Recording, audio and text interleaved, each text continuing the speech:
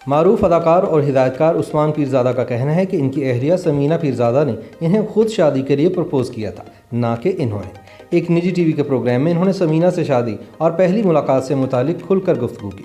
عثمان پیرزادہ نے بتایا کہ سمینہ سے میری پہلی ملاقات اس وقت ہوئی جب میں اپنی پہلی بڑی ڈرامہ سیریل دوسرا آدمی کر رہا تھا۔ اس ڈرامے میں سمینہ کی کازن نے میری بیٹی کا کردار ادا کیا تھا۔ سمینہ سے میری پہلی ملاقات وہیں ہوئی۔ اس وقت سمینہ چھٹیاں منانے کراچی سے لاہور آئی ہوئی تھی۔ انہوں نے کہا کہ سچ بتاؤں تو سمینہ مجھے بہت اچھی لگی، اور پھر میں نے انہیں لاہور میں اپنے گھر مدعو کیا اور والد صاحب سے ملوایا۔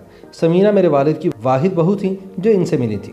سمینہ کی جانب سے شادی کی پیشکش سے متعلق عثمان پیرزادہ کا کہنا تھا کہ سمینہ نے یہ سب اتنا اچانک کیا کہ میں دیکھتا ہی رہ گیا۔ اس روز ہم سمینہ کے ماموں کے گھر پر تھے۔ سمینہ نے کافی بنائی اور جب لان سے سب اٹھ کر چلے گئے تو سمینہ نے اچانک مجھ سے کہا، ول یو میری می؟ عثمان پیرزادہ کا کہنا تھا کہ سمینہ کے سوال پر میں نے حیران ہو کر پوچھا، کیا؟ تب انہوں نے مجھ سے کہا کہ اگر آپ مجھ سے شادی کرنا چاہتے ہیں تو بیٹھیں، ورنہ آپ یہاں سے جا سکتے ہیں۔ اس پر میں ہنس پڑا۔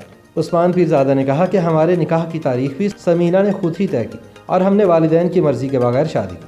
ہم نے نکاح کے بعد والدین کو اپنی شادی سے متعلق آگاہ کیا، کیونکہ سمینہ کی امی میرے فنکار ہونے کی وجہ سے کافی ریزرو تھیں۔ وہ چاہتی تھیں کہ میں اداکاری چھوڑ کر ان کے رشتہ داروں کی طرح مرچنٹ نیوی جوائن کر لوں۔ خیال رہے کہ عثمان پیرزادہ نے سمینہ سے سن 1975 میں شادی کی تھی، جن سے ان کی 2 بیٹیاں انم اور امل پیرزادہ ہیں۔